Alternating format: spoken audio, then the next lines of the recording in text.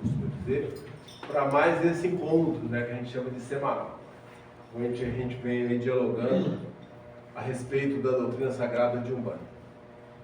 E hoje, dado, né, o compromisso que nós assumimos nesse ciclo, né, de 2023, dando continuidade ao livro, né, que é um produto de nossa casa, Assim Falaram os Guias. São mensagens espirituais transmitidas e que a gente está dialogando um pouquinho a respeito delas. Paramos, salvo engano, na página 72 ou 73, depois que vocês estão acompanhando aí, dá uma olhadinha lá. Quem tiver interesse para nos acompanhar os bate-papos, a gente tem esse livro disponível na nossa loja. Vale a pena, posso garantir, embora eu seja suspeita, né, de falar isso, mas vale a pena. E nós estamos conversando a respeito da lição Pássaros de Chumbo. E no último encontro nós falávamos, né, que dentro da alegoria provocativa do caboclo, ao fazer alusão a esse pássaro de chumbo, ele metaforizou a respeito dos nossos apegos materiais, né? Ele vai dizer, todos nós somos como pássaros, mas para alçarmos voo precisamos das duas asas. E aí, nessa metáfora, ele vai dizer, uma dessas asas é a sabedoria, a outra é o amor. Mas se a gente estiver muito apegado, ficamos vinculados nessa gravidade material, que são os apegos e experimentações do nosso dia a dia. Ele para por aí? Não. Ele vai mais longe. Ele vai dizer que o objetivo de todos nós é buscarmos o aprendizado. E dentro desse aprendizado que ele cita, ele vai dizer que nós não temos uma referência. E aí ele vai ser enfático em dizer que essa referência é a luz. Só que não a luz que nós buscamos fora, mas uma luz que a gente precisa ser reconhecida dentro. E aí ele enfaticamente, mais uma vez, vai ressaltar, essa luz é a centelha divina. Todos nós, como cidadãos espirituais, somos herdeiros dessa paternidade. Foi isso que a gente falou aqui no último encontro. E ele avança, né? É uma das mensagens que eu mais gosto do livro, falei isso aqui no último encontro. E é uma mensagem provocativa, e aí nunca é demais dizer para vocês a origem, né? Ela chegou num dia de prática interna, onde ele teve um pouco mais de tempo para conversar conosco, e ele foi dando as lições. Aí a primeira que ele vai dizer que nem sempre é tão simples um espírito se comunicar com o plano material. Precisa toda uma preparação tanto do ambiente quanto do magnetismo oferecido pelas pessoas que estão no ambiente. E através desse magnetismo que se cria esse canal de conexão entre o plano astral e o plano material. Alguns vão chamar isso de janelas, né? Janelas. Outros vão chamar de cones de conexão. Então, por exemplo, hoje nós estamos aqui reunidos dentro de um ambiente sagrado, que a gente chama de santuário. Daqui a pouco nós vamos fazer a evocação, vai se criar um cone, como se fosse uma ampulheta invertida.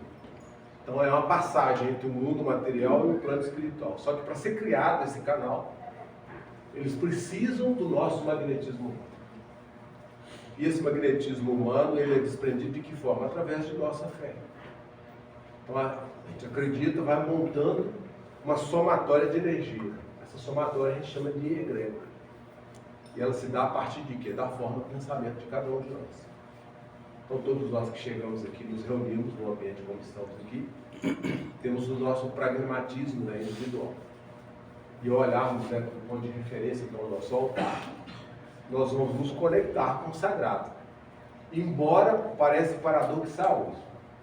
Embora a gente tenha uma referência externa, nós vamos despertar essa conexão interna. E aí é que está o segredo do que ele vai dizer. Que é a centelha que precisa ser ampliada. E aí ele vai nos chamar a atenção. Não basta que a gente fique vinculado aos aspectos horizontais da experimentação humana. Ele está dizendo, vocês estão encarnados. E aí eu brinco até com o povo mais antigo, sabe, desse meu jargão, vocês estão com o pé fincado na Terra, reencarnados. Nós somos um espírito, mas estamos usando a matéria. Então a gente está cravado. Enquanto a existência corpórea ela for outorgada, nós estamos vinculados à experimentação da matéria. Mas não podemos ficar só com a cabeça voltada para baixo. E aí ele vai dizer, vocês precisam verticalizar, saem da horizontalidade. Foquem no espiritual. Foque no sagrado. Aí a gente deixa de olhar para baixo e olha para cima, no sentido simbólico. Esse olhar para cima é saber, né, que existe uma correspondência no mundo espiritual, no mundo astral, que pode dialogar com isso. E quem é esse mundo astral? A espiritualidade. São os ancestrais. Os seus mais diversos. Para nós de terreiro, é a criança, o caboclo, o mais velho, o Exu. São os mentores que militam, né, nessa faixa religiosa. E aí, para pontuar e servir de objeto de reflexão para nós, eu venho insistindo, né, dizendo que toda vez que nós nos reunimos num ambiente sagrado, e eu considero o santuário um ambiente sagrado, isso pode acontecer em qualquer outra escola, tá? Pode acontecer dentro da igreja católica, pode acontecer dentro do templo evangélico, pode acontecer dentro do terreiro de candomblé, pode acontecer em outros vertentes da própria Umbanda. Então a gente tem Umbanda Ogolocô, Umbanda Traçada, Umbanda Umbandário. Então existe, mas tudo é Umbanda. Então quando a gente fala na fé do Cristo, nós temos um ponto de convergência. Para nós, na Umbanda, falei isso aqui no rito de sábado, a gente tem a figura do Cristo, né, como ápice dessa conexão entre o mundo espiritual e o mundo material. Mas é importante que a gente entenda que a Umbanda, ela tem sua didática própria de terreiro.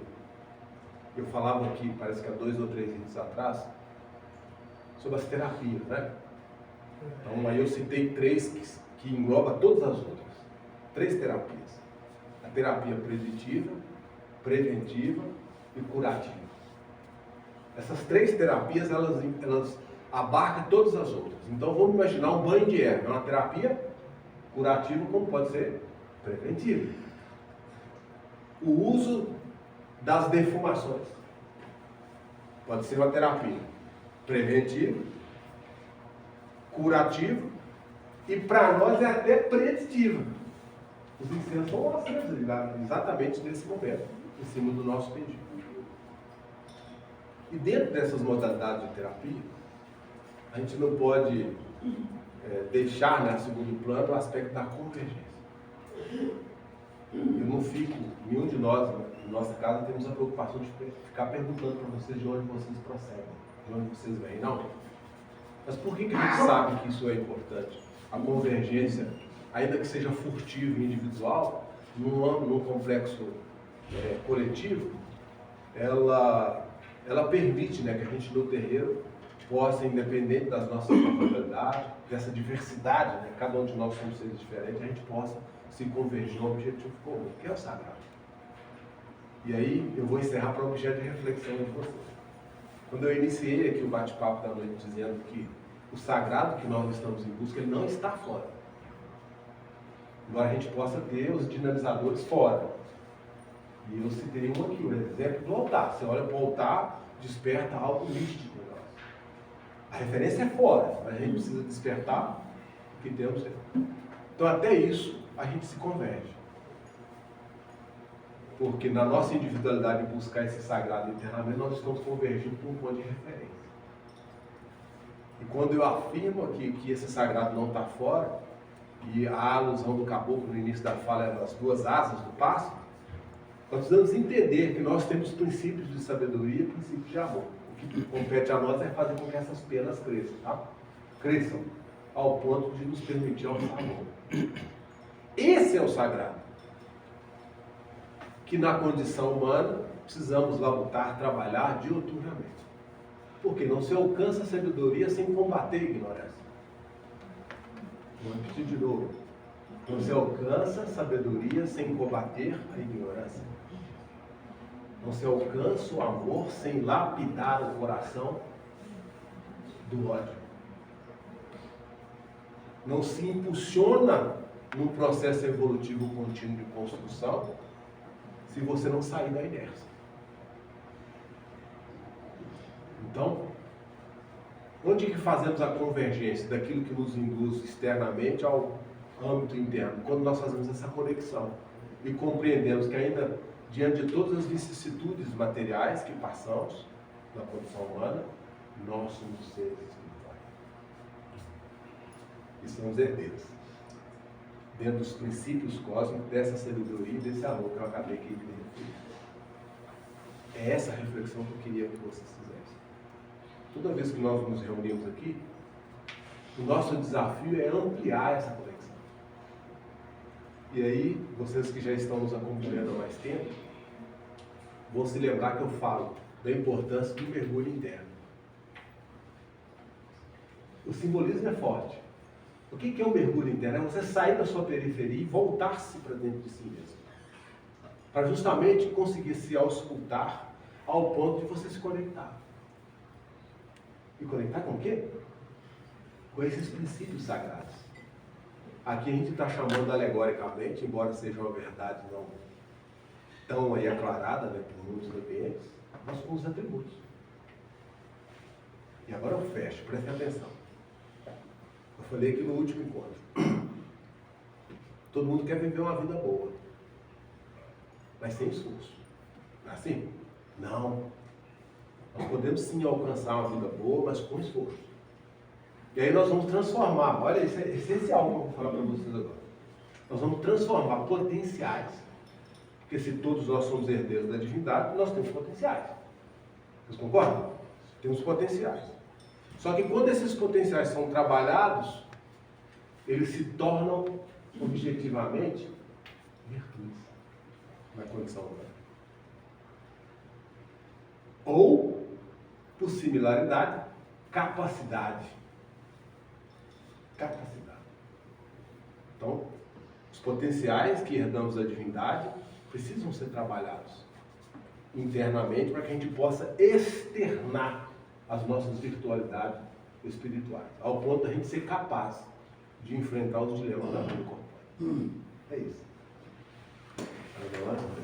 Sabe?